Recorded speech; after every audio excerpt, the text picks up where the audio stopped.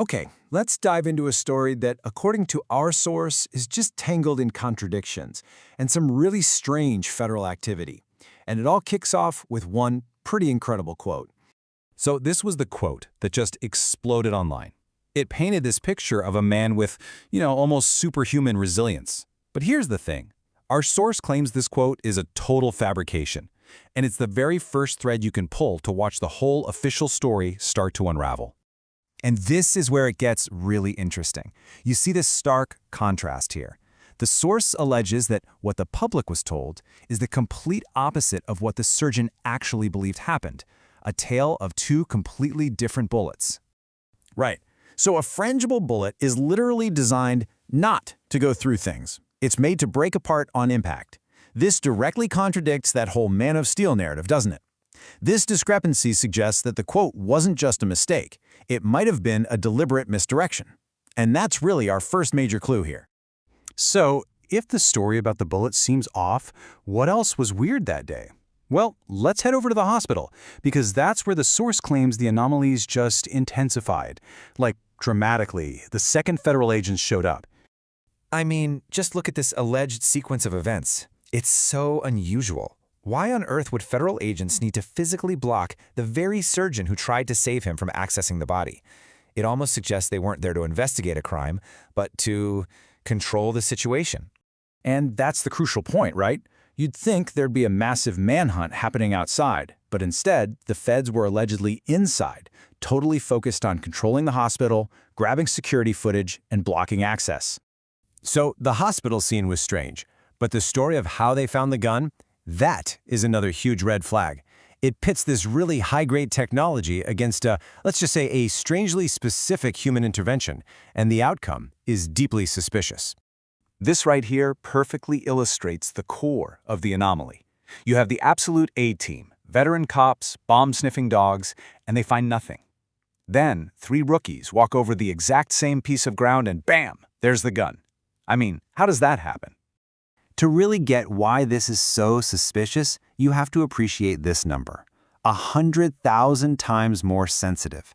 For these highly trained dogs, finding a recently fired weapon should have been, trivially easy. The fact that they didn't find it suggests the gun wasn't there to be found. At least, not at first. And there's the reveal. According to police officers that were cited in the source material, the feds basically just pointed to the spot after the whole high-tech search came up empty. So you'd think the anomalies would stop there, right? A weird bullet story, a bizarre hospital scene, a staged gun discovery. Nope. The handling of the car he was transported in just adds another layer to this whole web of suspicion. Think about any crime show you've ever watched. The car from a crime scene like this would be a critical piece of evidence. Forensics would be all over it, taking it apart piece by piece. But here, it was allegedly just gone. Towed, cleaned, and sent to auction with incredible speed. And then there's this unconfirmed but totally explosive tip. It suggests another level of federal presence right in the area, just moments after it all happened. If it's true, it means agents weren't just at the hospital and the crime scene. They were on the roads, potentially controlling the whole area. Now the story zooms out, way out. We've been looking at the events on the ground, but according to the source, there was some very mysterious activity happening in the sky too.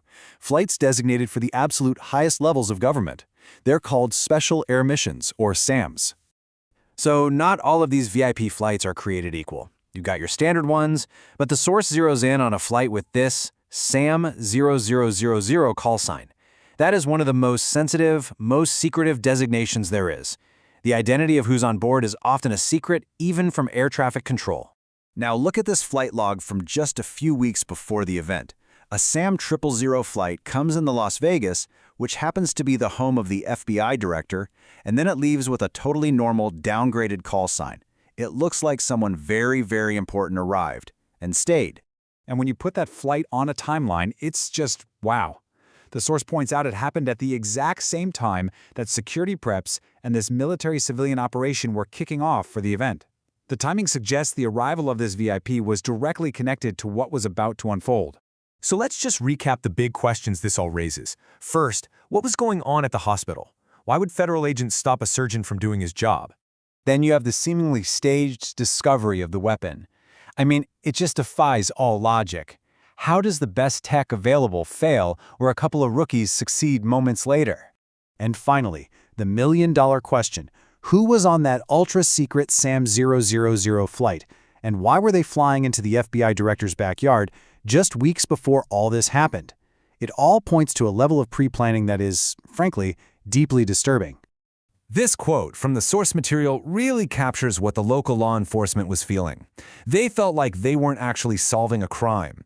They felt like they were just being managed by a federal operation, sent on a wild goose hunt to keep them busy while the real story was being buried.